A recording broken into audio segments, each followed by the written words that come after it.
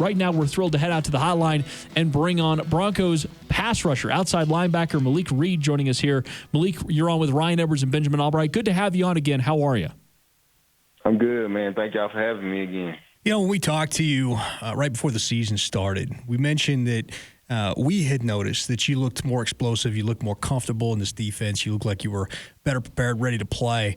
You ended up leading the team in sacks this year, and you told us there were no personal goals at the time, they were team goals.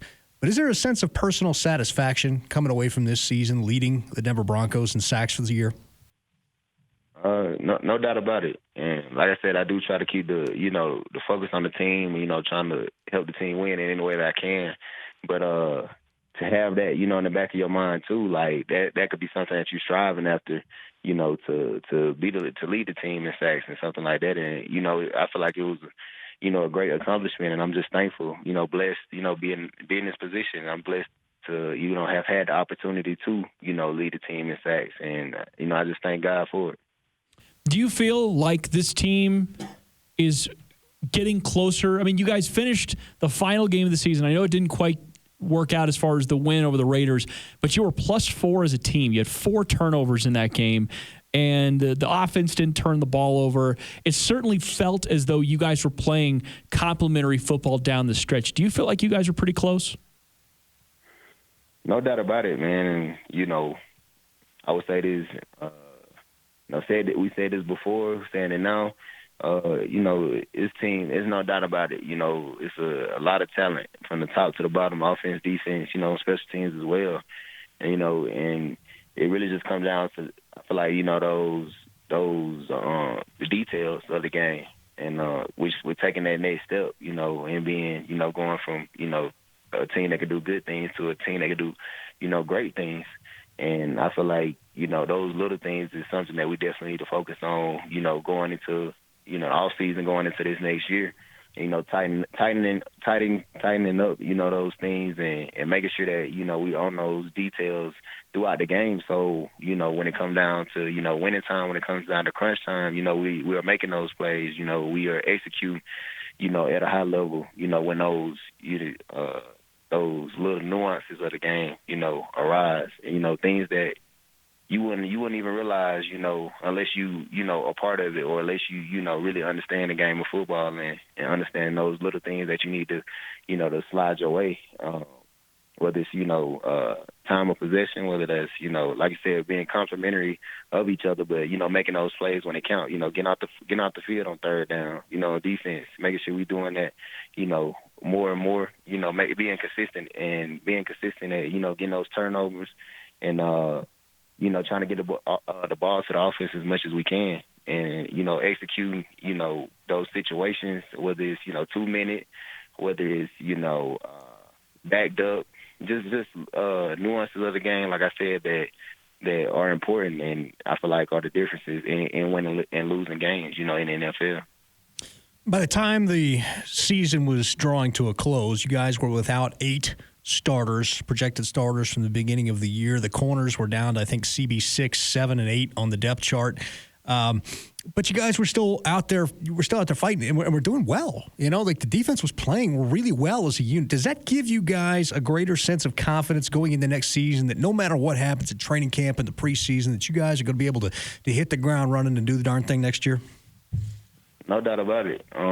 Like you said, to know that you have that type of depth and that type of, those type of guys, those high character guys that can come in and, produce at a high level, no matter, when the opportunities come, but that, they're going to be ready for it whenever the opportunity presents itself. It definitely gives everybody a lot of confidence because, we have confidence, in ourselves and our ability and what we can do, out there on the field. And, best player on the team to, to the last man on the 53-man roster, every guy, can produce out there on the field. And that's what I feel like that's what you need to have, a great team.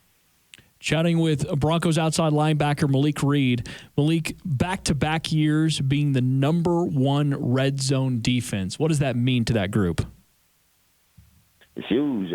Credit to, Coach Fangio and the system that we play in and, the type of guys that we have, we really take it personal, once we get in that red zone that, we're not going to, allow, teams to get in the end zone. And, I feel like it's a mindset. That's a mindset that we have, every time, no matter, how they get there, to be, the number one ranked red zone defense, speaks volumes to, I feel like, the type of guys that we have, the coaches, that put the time in to make sure that we focusing on the red zone and things that things that teams like to do in the red zone, and making sure that we execute in our defense as well. So it speaks volumes to the coaching staff. It speaks volumes to the type of players that we have too.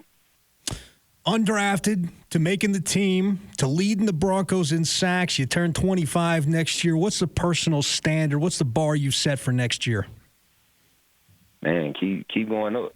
Don't never get complacent. Like you said, reaching that goal, having, led the team in sacks. Just keep stacking. Never get consistent. 8 sacks. Push the envelope and go for double digits.